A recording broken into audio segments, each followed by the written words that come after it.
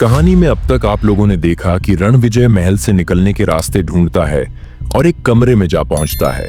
थक हार कर वहां पर सोने की कोशिश करता है कि तभी वहां पर 3 भेड़िया लड़कियां आ जाती हैं और उसे मारने की कोशिश करती हैं। लेकिन ठीक ऐन वक्त पर आकर डैनी उनको रणविजय से दूर कर देता है और रणविजय को कमरे में लाकर सुला देता है।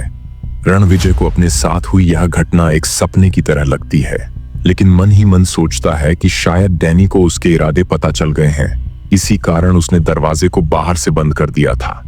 अब आगे रणविजय अपना मिशन शुरू करने से पहले ही हार चुका था, पर जैसे पिंजरे में फंसा चूहा बिना थके घंटों तक चारों ओर भागता रहता है, कोशिश करता रहता है कि कहीं से उसे भागने का मौका मिल जाए।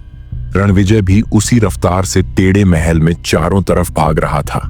डैनी को तो मुझे बहुत पहले खत्म कर देना चाहिए था, पर उसने मुझे अब तक नहीं मारा। इसके पीछे कुछ तो कारण जरूर होगा।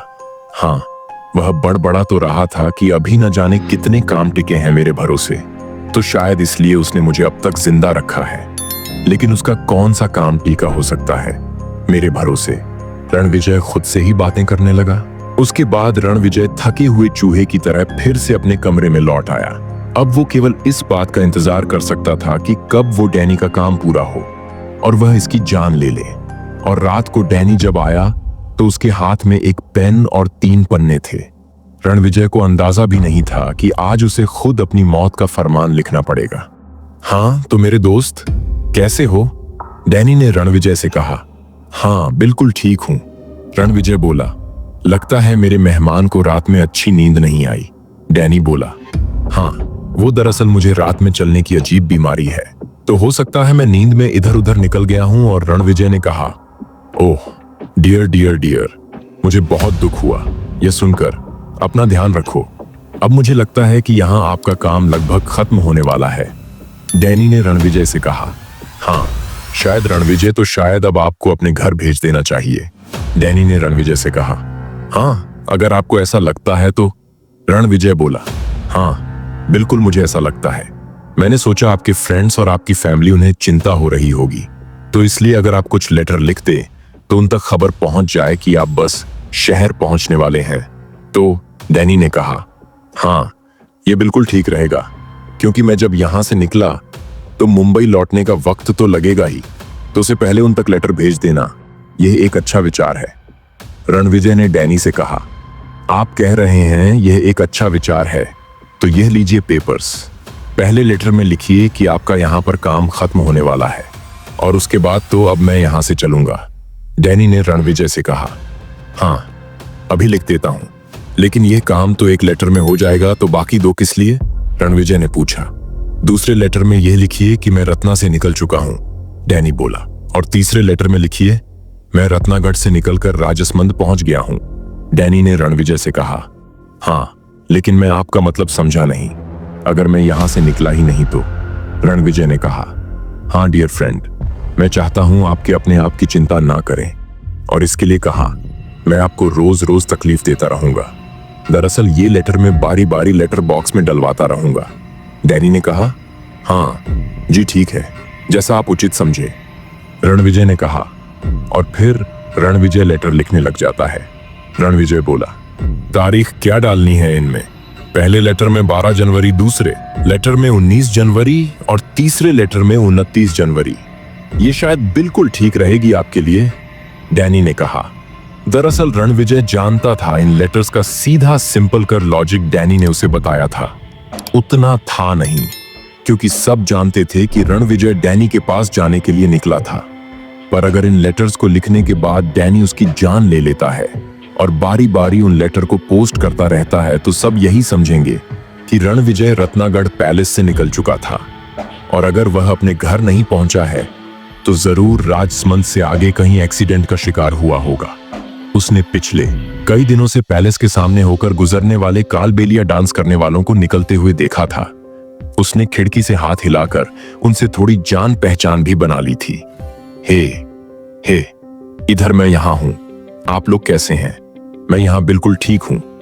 गाना बहुत सुंदर इशारों में बातें करता है, और आज कुछ कर गुजरने का दिन आ गया था। उसे आज फिर से उन बंजारों का गाना सुनाई दिया और रणविजय भागता हुआ उधर जाता है। अरे वह लेटर कहाँ गया जो मैंने समीर को देने के लिए लिखा था? कहाँ गया साला, एक काम भी ठीक से नहीं होता। कितने टाइम से इंतजार कर रहा था इन बंजारों का, और जब वह आ गए तो यह लेटर नहीं मिल रहा। ओह हाँ, मिल गई है बुक, इसी के बीच में तो रखा था। इसे खिड़की से नीचे फेंक दूंगा। हे इधर देखो, ओ गॉड। एरल ये इशारा नहीं समझ रहा है। अरे इधर देखो, क्या मुश्किल है यार, ये इधर देख क्यों नहीं रहा है? कब से हाथ हिला रहा हूं।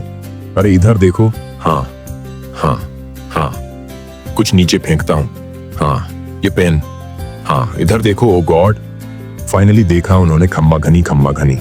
हाँ, अब लेटर फेंकता हूं, पर ऐसे नहीं, ऐसे तो हवा में उड़कर कहीं और चला जाएगा।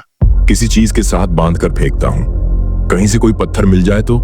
नहीं, पत्थर नहीं, कुछ ऐसी चीज जिसके लिए उनके मन में लालच भी पैदा हो और उनको इनाम भी मिल जाए। मेरी घड़ी नहीं, वह तो नीचे गिरते ही टूट जाएगी, काम भी नहीं आएगी। क्या दूं? हाँ, गोल्ड चैन। गोल्ड की कीमत कौन नहीं समझता। लेटर इसके बीच में फंसा के नीचे फेंकता हूं। हे, इसे ले लो, इसे पोस्ट बॉक्स में डालना है। समझ रहे हो ना, पोस्ट बॉक्स। हाँ, बाय बाय। खम्मा घनी है भगवान। चलो, उसने लेटर तो उठाया। समझदार था वैसे, उसने तुरंत लेटर को पगड़ी में डाल लिया। अकलमंद ही तो की थी मैंने लेटर शॉर्ट हैंड में लिखकर। डैनी के हाथ में लग जाता तो कुछ समझ नहीं आता उसके। बस ये पोस्ट किसी तरह मेरे बॉस रघुवंशी के पास पहुंच जाए तो सौम्या को उनसे सारी इंफॉर्मेशन मिल जाएगी। बेचारी कितनी परेशान होगी मेरे लिए।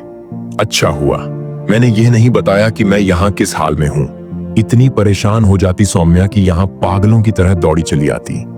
ओह सौम्या, ऊपर ना करें कभी तुम ऐसी जगह पर फंस जाओ। काश मैं यहाँ से निकल सकूं। तुम्हारी बाहों का सुकून जैसे भूल ही चुका हूं मैं। वैसे शॉर्ट हैंड में लिखने की यह चालाकी रणविजय नहीं, उन तीनों लेटर में से एक में भी की थी जो डैनी ने कल रात उससे लिखवाए थे। उसने लेटर के एक कोने में बड़ी चालाकी से लिख दिया था, हेल्प। पर डैनी की नजरें उसके अंदाजे से कई ज्यादा तेज थीं। इसका पता रणविजय को तब रात जाकर लगा जब अचानक डैनी उसके पास आया। कैसे हो मेरे दोस्त? डैनी बोला। हाय, मैं बिल्कुल ठीक हूं, पर अभी तो डिनर का टाइम नहीं हुआ ना? रणविजय ने पूछा। हाँ, तुम बिल्कुल ठीक कह रहे हो, पर मैंने आपके लिखे हुए लेटर्स पढ़े। आप बहुत अच्छा लिखते हैं, मैं आपसे काफी प्रभावित हुआ हूं। डैनी ने कहा। जी बहुत बहुत धन्यवाद, लेकिन एक लेटर में मैंने कुछ अजीब पाया है। देखो इसे, ये उल्टी सीधी लाइंस कैसी है? कोई मतलब है इनका? बकवास, इट्स ऑल नॉनसेंस। बोलते बोलते डैनी गुस्सा हो जाता है। अरे मिस्टर डैनी, आपने इसको डैनी रणविजय की बात को बीच में ही काट देता है। हाँ, मैंने देख लिया है। I did what it deserved.